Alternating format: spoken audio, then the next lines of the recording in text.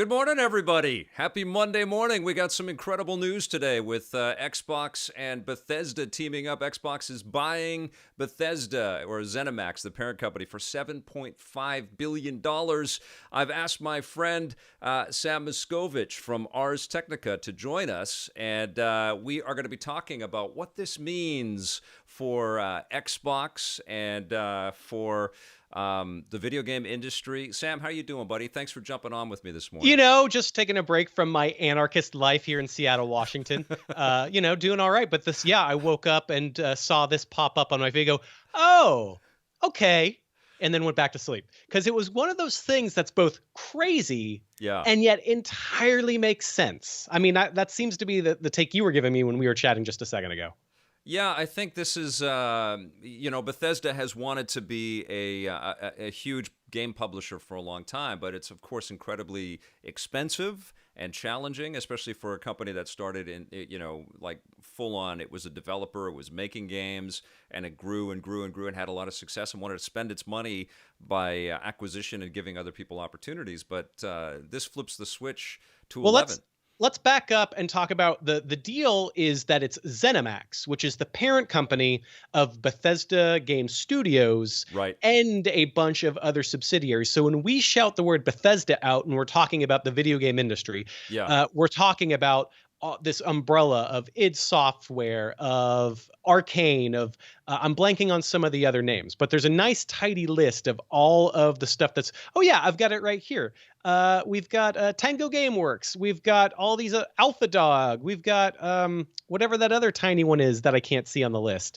but there are a number of teams that are all part of this Zenimax umbrella, and Microsoft has now paid 3 times the price it paid for Mojang when they acquired Mojang and essentially Minecraft. That was about $2.5 billion, and this is $7.5 billion in cash. This is not a stock option deal. This is not one of those. This is the acquisition offer, which I don't know exactly what the regulation plans have to go forward with at this point. We're still looking into exactly what that is, but this is moving forward with essentially that Zenimax umbrella of being a private game publisher, not on the stock market, now saying, you know what, Microsoft, let's go.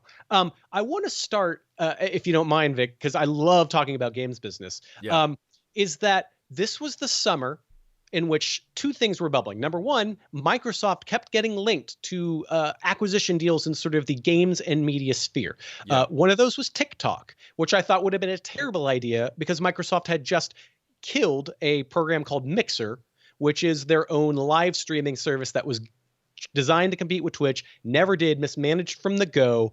And so the idea of them handling and running TikTok to me was just a laugh. Like maybe somebody in Microsoft leadership these days had a good idea about that, but that didn't happen. So there was one of those. Then another rumor that was bubbling around was, WB is kind of on the chopping block because of AT&T, Time Warner, Max, whatever the heck they're calling themselves, that whole mess. And they wanted to be rid of that. So that's all bubbling on one side. But then on the other, Bethesda was quiet this summer. Do you know how every game company seemed to have some sort of YouTube or streaming content? You had every company had a direct. Every company did. And what Bethesda was able to do was they were able to sneak in. They're like, hey, we've got some PlayStation deals. We're going to be on PlayStation. We've got 2 games. They're going to be PlayStation exclusive. And that was it. We didn't see a big Bethesda direct that combined Ghostwire, Deathloop, Elder Scrolls Online, and these other ongoing concerns of theirs. Not even like, hey, Doom Eternal is going to get DLC eventually. Like that didn't happen. So those 2 things are happening. You've got Microsoft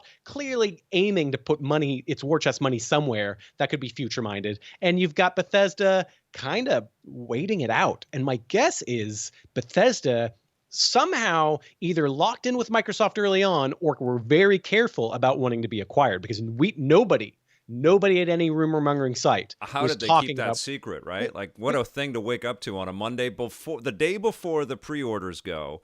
But you know what? I mean, this is a world war that we're facing in the video game industry. This is massive conglomerates buying up incredibly talented developers and putting them on the board of Risk, I guess, or whatever other board game analogy you want to make, and saying these are our pieces, these are our pieces. And Microsoft is making some incredible moves. Let's not, you and I have talked about that before, but this is a whole other level. This is brands that are synonymous with the word video game and are incredibly important to the medium. And I think the big question that a lot of people have, and I'd love to throw this to you and also to chat, is does Bethesda, under the guidance of Microsoft, still retain its multi-platform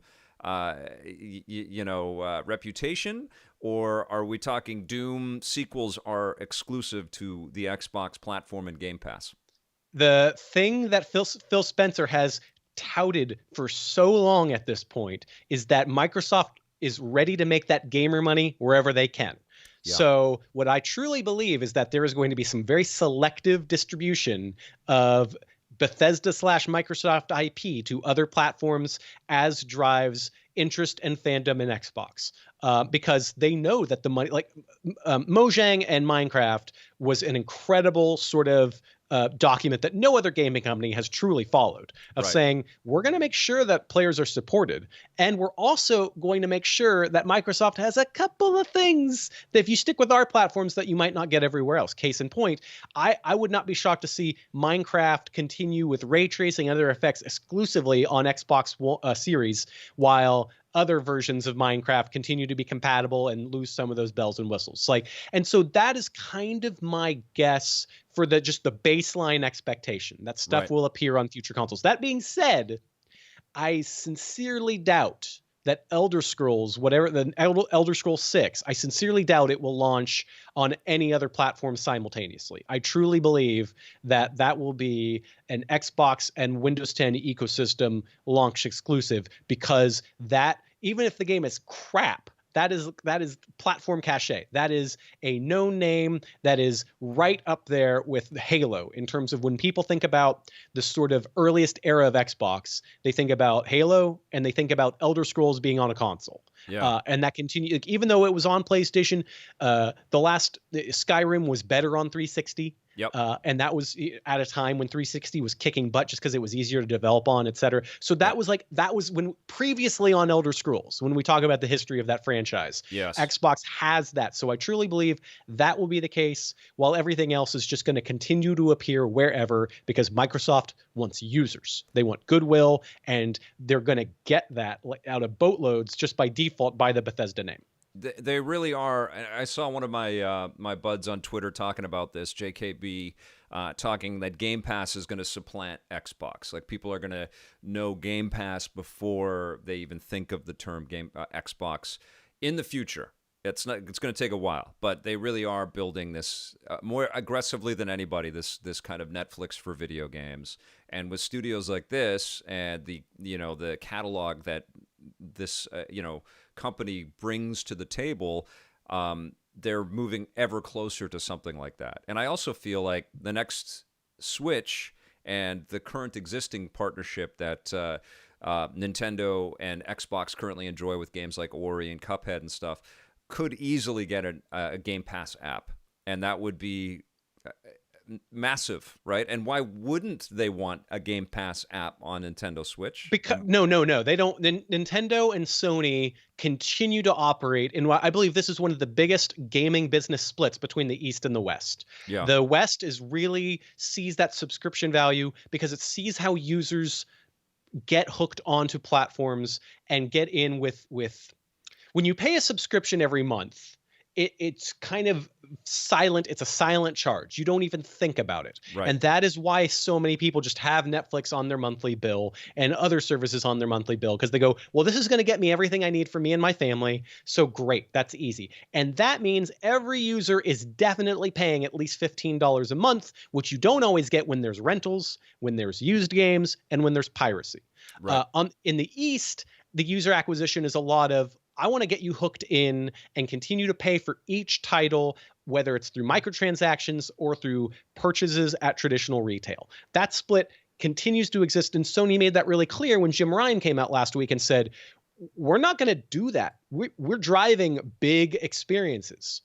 Our big experiences should cost a retail price. They are worth it. That is our reputation. There is something about, there's almost an honor to it in the way that I've seen that. And I don't like to do those sort of delineations specifically. Both sides are going to continue, East and West are going to continue with interesting economic strategies.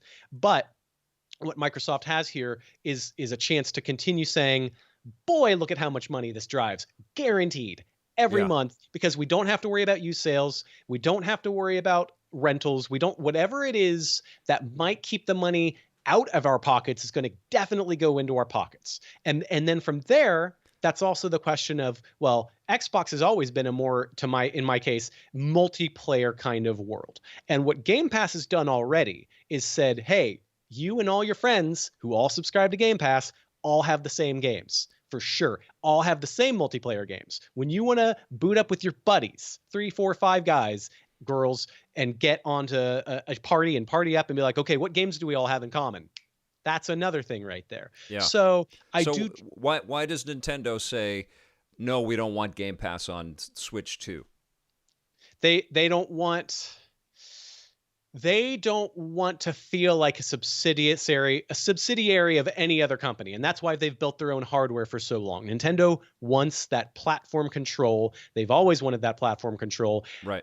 Otherwise, we would have had Nintendo games on Android by now. Like it's about platform control, and Nintendo saying, this is our place, and you have 100% guarantee that no one is going to say something dirty to you on the internet. Okay. Like it's just one of those that from all of that, it all trickles down from there. I guess so, right? Yeah, because then we're introducing Xbox Live into the Nintendo architecture. I don't think Xbox wouldn't want that. That's the weird thing. Like, I feel like Xbox would want a PlayStation 5 space, if they could make an Xbox Game Pass on PlayStation 5. Oh yeah, that's would going to happen any day. Yeah. Yep, that's going to be the announcement next week. It's going to be Phil and Jim hugging. They're going to have masks on, but they're going to find a way to socially distance while also touching and being like, "We're doing it." No, obviously, Xbox wants to be on everything.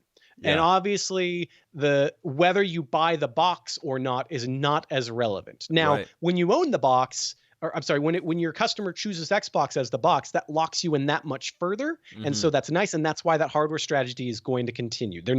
We're going to continue to see the Xbox as a box, because that simply, it lets them tread the water. It continues bringing in revenue, locking people in. I don't know how much money they're going to lose on Series X and Series S, but I don't think it's that much in terms of getting people locked in and seeing what Game Pass is and seeing how that all streamlines together. It's so funny, though. Like, all of these companies are fighting totally different battles. Like Nintendo has their way, Sony has their own way. Yeah, I mean, you can throw this down as a console war, but it's like a philosophy war, Well, like it's also a war for so much money, because the number of people who call themselves gamers in whatever capacity, whether it's tapping on a puzzle game or going full-blown MMO, it's just it all continues to rise, because people are continuing to, that digital fluency raises. You think about, gosh, I looked back at a retrospective about games on the N64, a game selling 3 million copies. Massive. Was huge. I know. Like, now you look at that and like, that's pretty okay. I mean, God, Hades, which just launched out of early access on all these different consoles. It's by Supergiant. You just talked to the guys at Supergiant. Yep. They just hit the 1 million threshold on a game that's had like no television advertising and nothing on TV. And it's certainly not launch on the Switch last week. It's certainly not a Bethesda level game. But what I think is interesting about this Bethesda acquisition is this is the best time that Bethesda could say, here's our whole slate, our whole portfolio, all of our games, because I'm not sure that the Bethesda reputation is the number one best to most sterling thing ever. I think Doom Eternal didn't blow people away critically the way the first Doom 2016 did. It was just good enough. Fallout 76, it got kind of back on its feet, but I don't see everyone going around going, wow, they completely fixed it. It's people, there are people who love it, but it's not like the number one, oh my God. Elder Scrolls hasn't come out in a while. We don't know when. Starfield? Yeah. See, I don't even know the name. Prey, that one did fine. Evil Within, I don't know when the next one of those might ever come out. We've got 2 games landing on PlayStation that are brand new series. Those could be killer. Those could be duds. We don't know. Right now, Bethesda is not at the Skyrim level. No, and I think part of the problem and part of the reason why Bethesda wanted to do this deal is that it's really freaking hard to be a publisher. We see companies that are evaluated even 10 times more than what Bethesda just sold for, struggle with this, and have trouble year in, year out. And they have to kind of, sort of float along the choppy waters. When they screw up and a couple of titles don't sell, or people hate the practices, or there's a major backlash like we saw EA have to deal with Star Wars Battlefront 2, and they have to contend with it, and they have to answer it with new software that sort of brings people back or some updates. That's expensive, and it's hard to go through, and Bethesda has gone through some shit by this point. Absolutely. They've gone through a lot of hate and pushback, and I think they needed the backup, quite frankly. Well, when you go into not one but two console exclusives with Sony, that's a pretty good sign that you as a publisher are looking for anything firm you can get. We've seen this before with publishers. Capcom famously got into a whole Sony exclusivity mess with both Marvel vs. Capcom Infinite and Street Fighter V. Right. Big publishers need whatever guarantees they can get. So I am absolutely not shocked that Bethesda would look around and go, okay, maybe we can get out of this nice and clean. It's going to be interesting to see exactly what changes, because all these mergers always begin with the promise that everything is going to be the same. But nobody does mergers and acquisitions with a desire to keep staff at 100%. It doesn't make sense, especially if you're a publicly owned company like Microsoft. Anything about that sort of bloat doesn't make sense. I don't know if you got it in your email, but in my game journalism email box, I got a message from the Bethesda PR team saying, we're all exactly the same. You're going to keep Pete on Hines, reaching out to the same. It was somebody beneath Pete, just being like, hey, Ars Technica, if you need anything. I'm like, well, we'll see. We'll see how long that lasts, because Microsoft's PR machine it's its own beast. Like Mojang doesn't reach out to me with PR internally, although they do have their own internal PR team. Right. So it's going to be interesting to see. That's the stuff we as gamers won't see. What we're going to see instead is whatever it is that Bethesda showed Microsoft and said, all right, sign the paper, because they showed them something. Microsoft isn't spending $7.5 billion just on porting Skyrim again. Right. What does this mean for Xbox Series X? What do you think the pre-orders are going to be like tomorrow?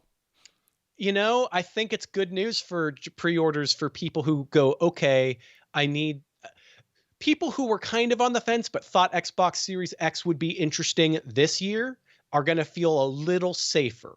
But that doesn't change the fact that PlayStation 5 has legitimate exclusives. Demon's Souls, and then higher res, higher, crazier Miles Morales. Like those, it's not a lot, but it's something. And Microsoft has Assassin's Creed Valhalla is gonna look better, and Dirt 5's gonna look like, which is good, but it's not the same sales pitch. So I think those numbers will bear out. But the idea of whoever's not buying a system right now is going to feel a lot.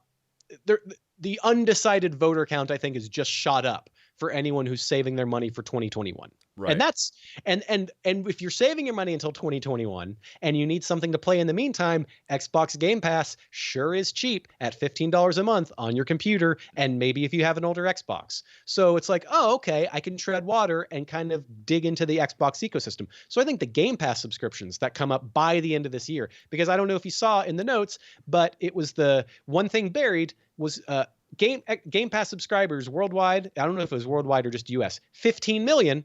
And the last time we got a confirmation was just months ago at 10 million. Wow. So that pace of how many people are locking in and paying that 15 a month and getting a lot of content on console, on Windows 10. And if you're on Ultimate, then you also get it on cloud streaming.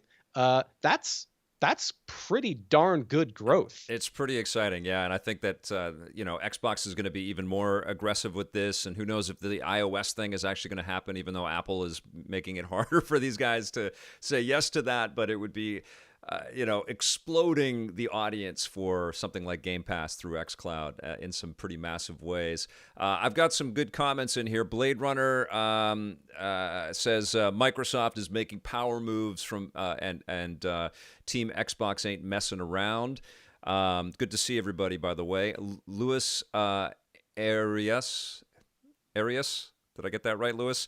Fallout New Vegas 2 will finally be possible, but still not be made. And that's a very good comment there because they own Obsidian, obviously, and now they're all in the same family. I don't know if that commenter saw that there is already rumblings for somebody who works for Obsidian directly replied to a fan question about Fallout New Vegas 2 with the eyeballs emoji. Like that's out awesome. there. And I mean, even if it's not going to happen, the fact that that's a pretty good social media game. But I mean, if we were going to talk about crazy social media ticklings, John Carmack, who is currently gainfully employed as part of the Oculus Facebook family. Is he still there? I don't know if is he kind still... of. I don't know if he's on the board. He definitely works for that. Like he was just part of Facebook Connect. Okay. He posted I think Microsoft has been a good parent company for gaming IPs, and they don't have a grudge against me. So maybe I will be able to re-engage with some of my old titles. So cheeky, John.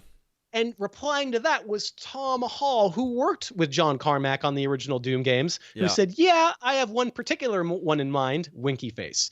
So that's out there. That's a thing where you hear that kind of legend saying, what can we do with Doom? You know what's or Quake? Almost more exciting in this announcement, because they're gobbling up companies that, yes, are very good at making console games, but there's also like this PC gaming history that's just like really evolving here. And, Game Pass on PC is just really getting going. And it's pretty remarkable as well. Like you get all of these console versions of, console games-ish on PC. But now there's going to be this history, this pedigree, this library of incredible PC software, presumably attached to this. It's going to be insane. One thing that cracks me up is, what does this do to the Bethesda.net launcher, which some PC players may know as a place where you could exclusively get certain games, although eventually Fallout 76 relented and went to Steam, and then did gangbusters there. But yeah, what happens to that? Does that just get shut down? Does that get folded into Game Pass? I actually booted it up just before getting on the call with you, and I'm like, God, this app is trash. So that's good news for everybody, in my opinion. Whatever happens, I will shed zero tears for the Bethesda.net launcher. Let me read a few more comments here. If new games are $100 and a theoretical Doom 3 is $100 to $200, $200 more gets you a new console plus all the other games on GP. So people are talking about subscriptions.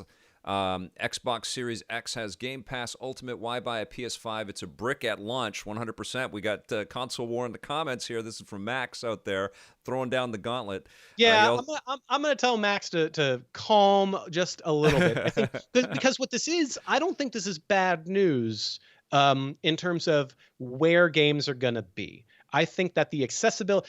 Again, Microsoft is a better steward than other giant companies for where future games are going to land. So again, bad news for Skyrim, but I think most of the other stuff, again, we still have Elder Scrolls Online operating on multiple consoles. That's been announced as a continuation. We still have Ghostwire Tokyo and Deathloop honoring their current PlayStation exclusivity. So yeah, if you've got that PS5, you're going to be first to the two next big Bethesda games. So we just got Ori on Switch as well. Like Microsoft is playing nice. And Minecraft Dungeons is available on everything, right? It's on PlayStation 4. Oh, yeah, it's on everything. And I mean, because Microsoft knows that if you like Microsoft and you buy their stuff wherever it is, they're going to do just fine. Because Microsoft has generally a play to essentially say, you know what? If we offer you enough things that you choose to pay for, instead of you being the customer, that is how Microsoft competes against Facebook. Right. That's how Microsoft competes against Google, is they come out and they say, listen, you've got money to spend per month on services. Maybe it's Office 365. Maybe it's Xbox Game Pass. But notice, we're not making you the customer. We're not centering it around advertising. We're going to try and make it so that we have services that you pay for and you get what you pay for.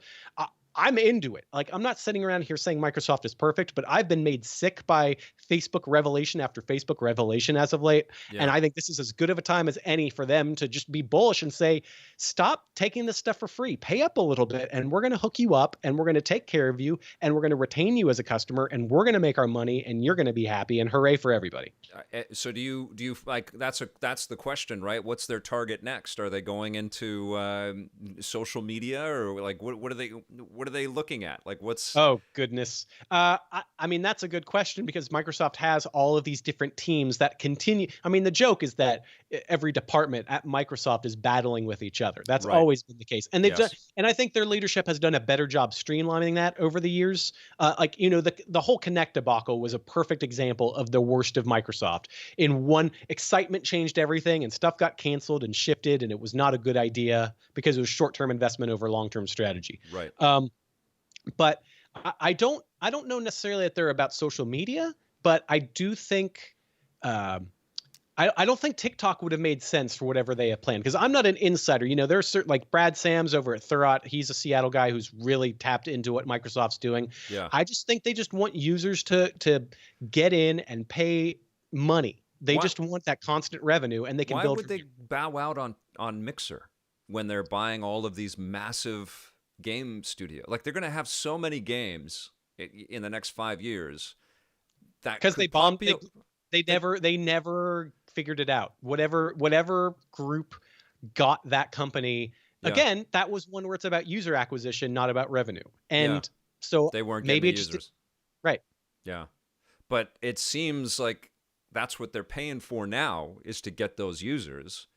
Why wouldn't they want a social video application to go along with it? Why bow out now? That's so weird. That's a good question. Maybe all of this stuff about connecting everybody through the Xbox app, because that's another thing that came out today, is there's a brand new Xbox app. You can do things like download games before you own them. You can download the files for games that you're buying a disc for. They won't work unless you get the disc. So let's say you're really interested in Cyberpunk 2077 and you want to get the day one patch and all the files just ready to go, and you put the disc in on day one and it unlocks. That's an option. They've got remote streaming where you stream from your Xbox to whatever other device in your house. That's now just a default option for everybody. So getting everybody hooked into the app, less because they're chasing Twitch and more because they want to play fun games, I think maybe that's just a stronger play. I feel like that's more of a Phil Spencer move. Like Mixer was maybe not a Phil Spencer move, and this is. Right. Yeah, this does feel like absolutely, 100% it's coming from the games division going, this will be good for our portfolio. And honestly, I think it was, they already had a pretty symbiotic scratch your back, scratch my back kind of relationship with Bethesda anyways. It stretches back multiple years. So there is a reasonable kind of quality to all this. It kind of makes sense. It's a big play, and it's a massive bit of news. That's why we're doing a live conversation about this. Yeah. Because it's so big for the business, especially the day before pre-orders are out there for Xbox Series X. But it does kind of make sense, And do you see this as sort of the end of Xbox's buying spree, or are they going to turn this into a discussion with WB, let's say, and say we want to make Batman our exclusive character on Xbox, like Spider-Man is exclusive on PlayStation? I make zero predictions about what Microsoft does with their war chest. I think they need to reach a certain threshold to say, hey, everybody on the executive team, this is what we need to spend to create 5, 10, 15 years of revenue. Right. Do they need to do more of that before the end of next year? Maybe. What shape does that take? Maybe a Japanese game company, because Microsoft always kind of talks about Japan and always kind of doesn't pull it off. Yeah. So I feel like, and I'm not sure that'll necessarily happen, because again, we're this many years into the world of Xbox and still looking at things like Scalebound as an example of essentially Microsoft plus Japan. But I do see that being maybe one more piece, but I don't know that they're going to get a bigger. I mean, why don't they buy Platinum? I mean, I don't wish that for Platinum. Oh no, I don't. Whatever they Platinum has their trajectory. I'm not sure, especially with their history with them, that's a necessarily play. No. But I just think that's the one more giant quiver. I see that more likely than a Western or a European purchase. Dude, I don't know. I mean, it's awesome that Platinum's a solo publisher now and they're trying their own thing. I think that's fantastic. But I don't know what Sony, Nintendo, or Microsoft are doing, letting that incredible studio, chart their own path. If they had them, either one of these three companies had that pedigree, under It's their. like, the thing I think when you say that is, that one guy who just can't seem to lock down a long-term relationship, Yeah. and that person dated so and so and the other person and the other person, and Yeah, you're it like, could be by huh. choice on the other side. Yes, I'm I just get you. throwing that out there. I don't have insider information on Platinum, but it's what I Well, think. when I was out there last November, I certainly got a sense of the candid. I mean, it was still stinging that Scalebound didn't happen. Like they Yeah. were very. It was front and center. It was a big part of, the honestly the move for them to become a publisher on their own right, which.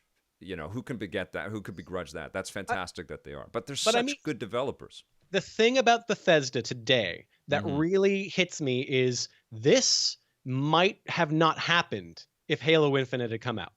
We'll never No, know. We will no, never know. no. I mean, this has got to be a year in discussion. But It's just maybe it wouldn't weird have that it's maybe it wouldn't have happened today.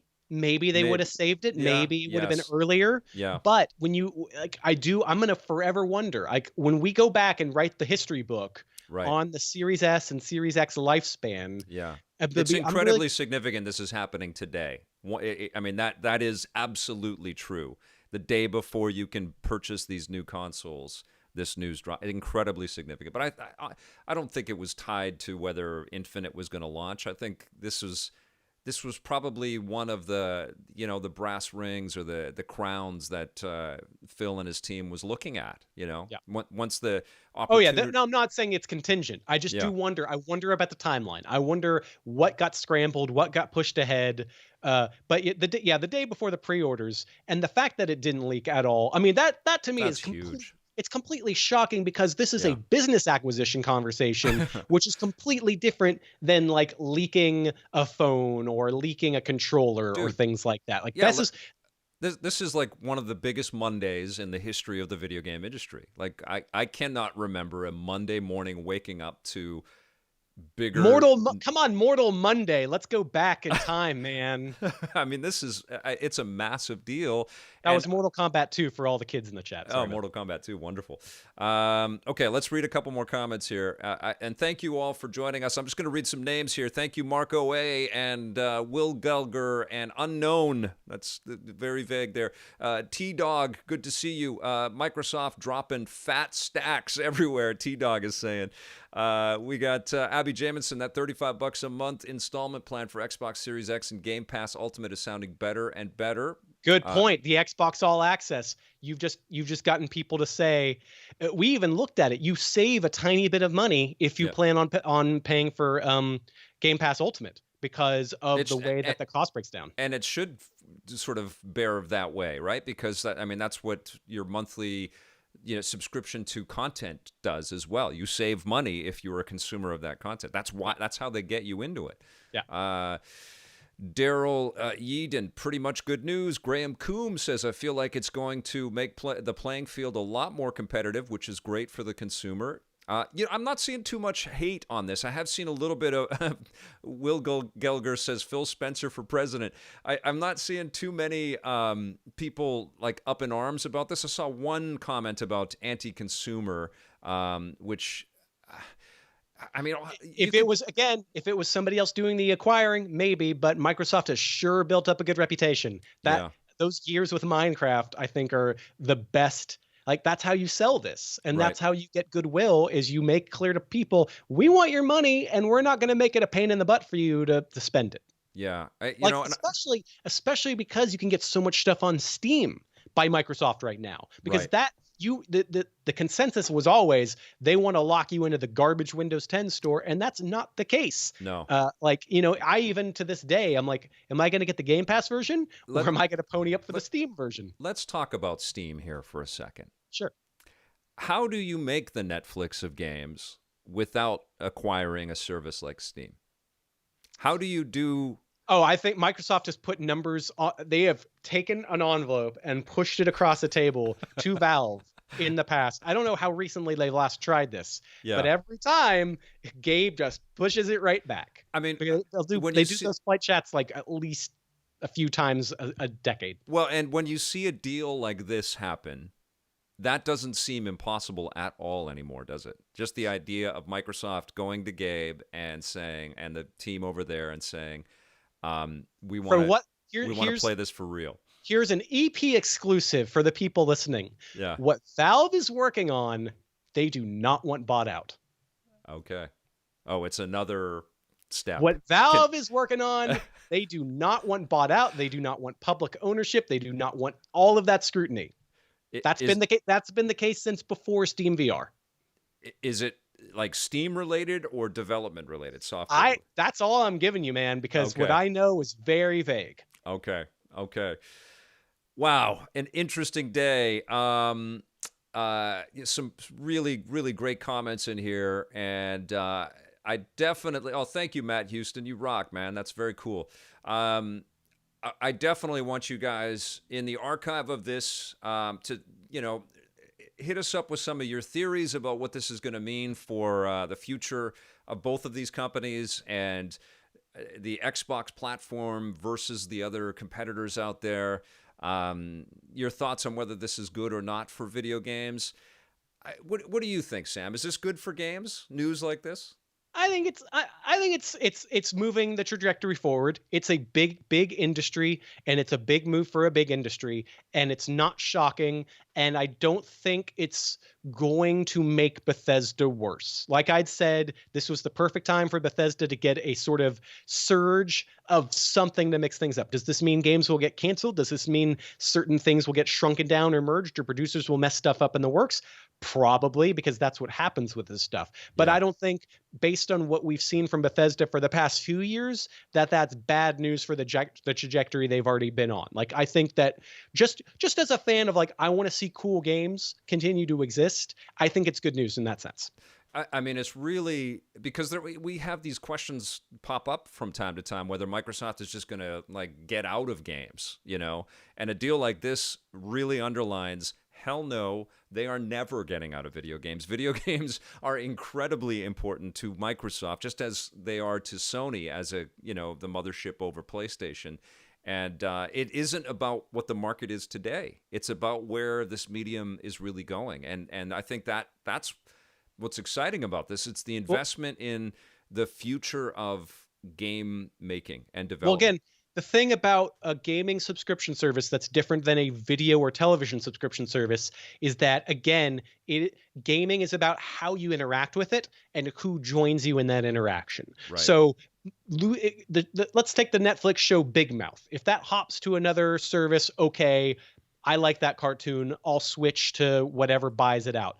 But with a gaming subscription service, that's a friends list. That's achievements. That's my save files. That's my attachment with my controllers, with what screens I connect to and how I play and those sorts of options. It is a completely different proposition. And that is why folks at the very, very top who look at video games and go, maybe they don't make as much money as enterprise, are still going to go, all right, let's invest in it. Let's keep people happy. Let's keep people in their home. So that is, to me, why we're going to continue to see this work in ways that can't just be bought out. Other people aren't going to be able to just create, gameplays. You're not going to see PlayStation gameplays and have it just magically work the same way.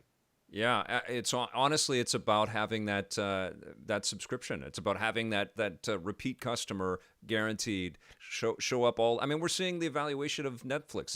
It's eclipsed Disney, or it hovers as much as what Disney is worth, and all they provide, which is a lot, is streaming content. Oh man, now I want the Netflix theme park.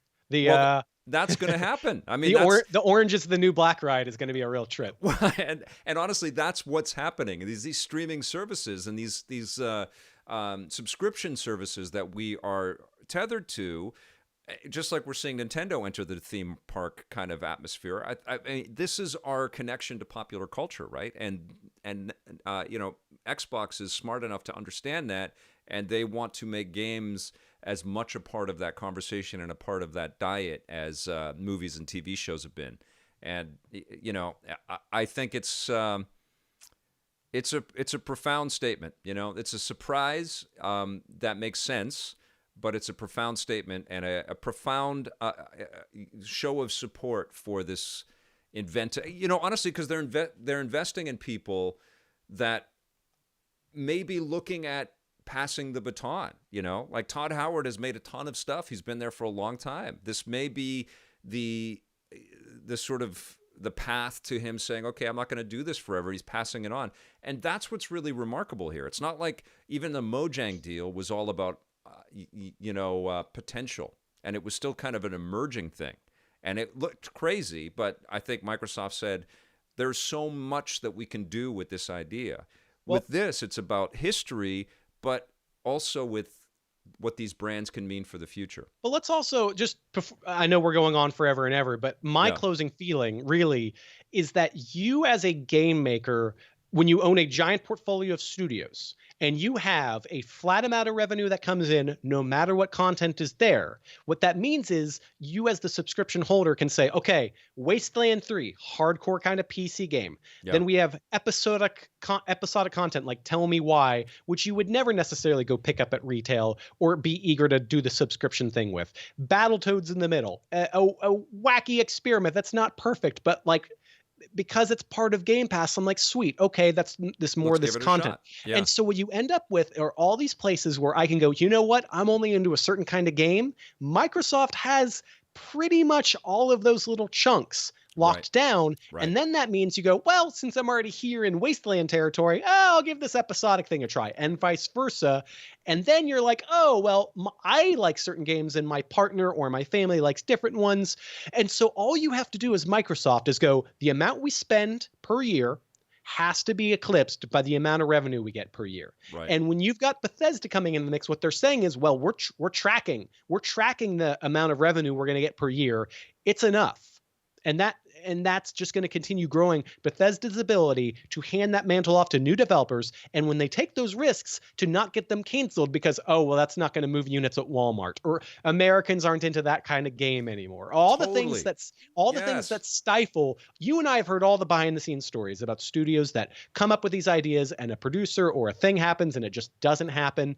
And this could be liberating for exactly the kind of weird boundary pushing new IP from a company like Bethesda that they haven't done in a while. So I think I look at this as going, I'm not saying it's the master stroke. They could still mess it up, but it leaves that room. And again, if Bethesda tanks, boy, there's still so many other studios in the mix. What's going to be interesting is to chart the amount of time that people spend in a service like Game Pass and compare that to the amount of time that people spend in Netflix, and then to also watch that subscriber count rise and rise and rise, because really that's what we're talking about here. At the end of the day, it's how much time does a human being have to entertain themselves, and we're going to see Game Pass.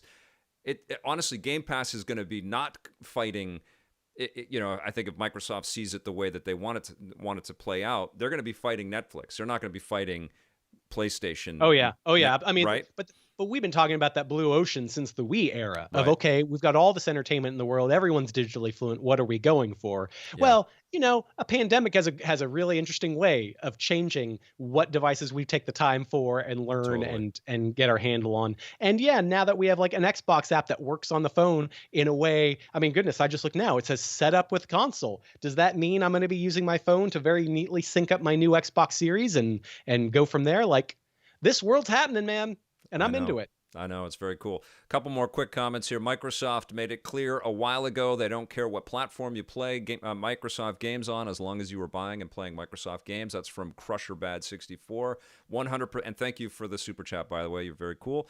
But 100%. That's their philosophy. Is they want to be wherever a human being is. They want people to be able to access. And it's the only way to think about this in the future. I mean, even PlayStation is saying we're going to publish a lot more stuff on PC. Why the hell wouldn't they? But Nintendo is slowly, what I've heard, getting out of mobile game publishing, and maybe they've got some solutions in this way too. Maybe it's been a minute since they've published a new game. Even though Dragalia, like when I was in Japan about a year and a half ago, Dragalia Lost was everywhere on every billboard. And I can't speak to the Japanese mobile sector right now on who's owning and crushing that.